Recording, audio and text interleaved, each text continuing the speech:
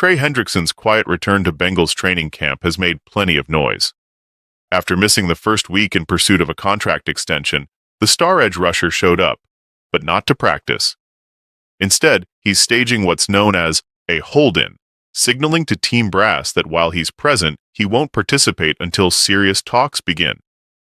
According to insiders, this move is designed to show good faith and jumpstart negotiations. NFL analyst Riddick believes Hendrickson's presence without participation is a message. He's not going to risk injury, but he's still the leader they need, someone whose production speaks for itself.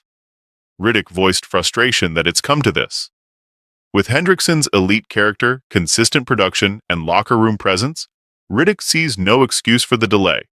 Each day of inactivity increases the risk of unnecessary injury, which could have been avoided with a timely extension. Adding to the urgency is the daily $50,000 fine for skipping practices, non-negotiable and cumulative. Riddick calls it an easy deal that's being unnecessarily dragged out. But not everyone agrees. On First Take, the debate intensified. One commentator emphasized that Hendrickson is still under contract, having signed a 2-year extension just last year. "You can't renegotiate every time you outperform a deal," he said. "If he underperformed, the team wouldn't hand him money back, would they?" Riddick countered by pointing out the double standard. "NFL teams regularly ask players to take pay cuts when performance dips," he said. "Why shouldn't players ask for raises when they exceed expectations?"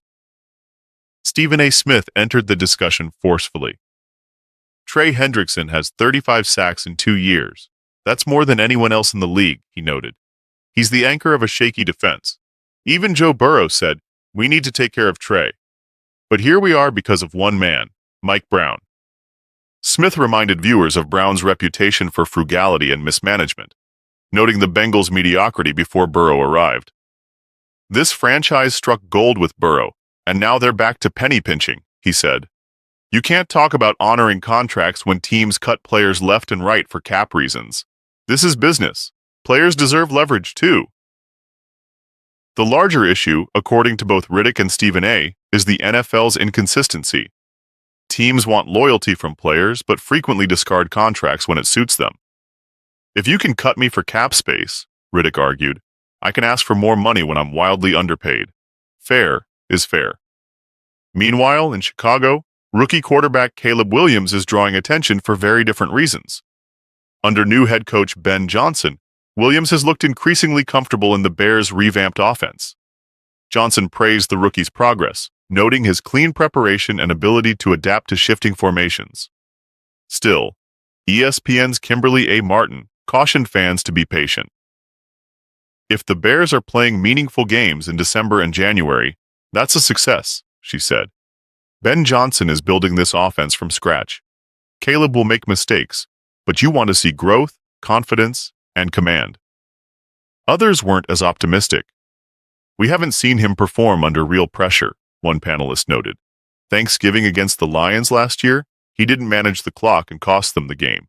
Until I see him lead a game-winning drive, I'm holding off on the hype." Stephen A., however, pointed out that context matters.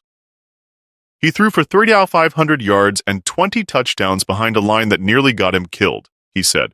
"Now you've got an elite offensive mind in Ben Johnson.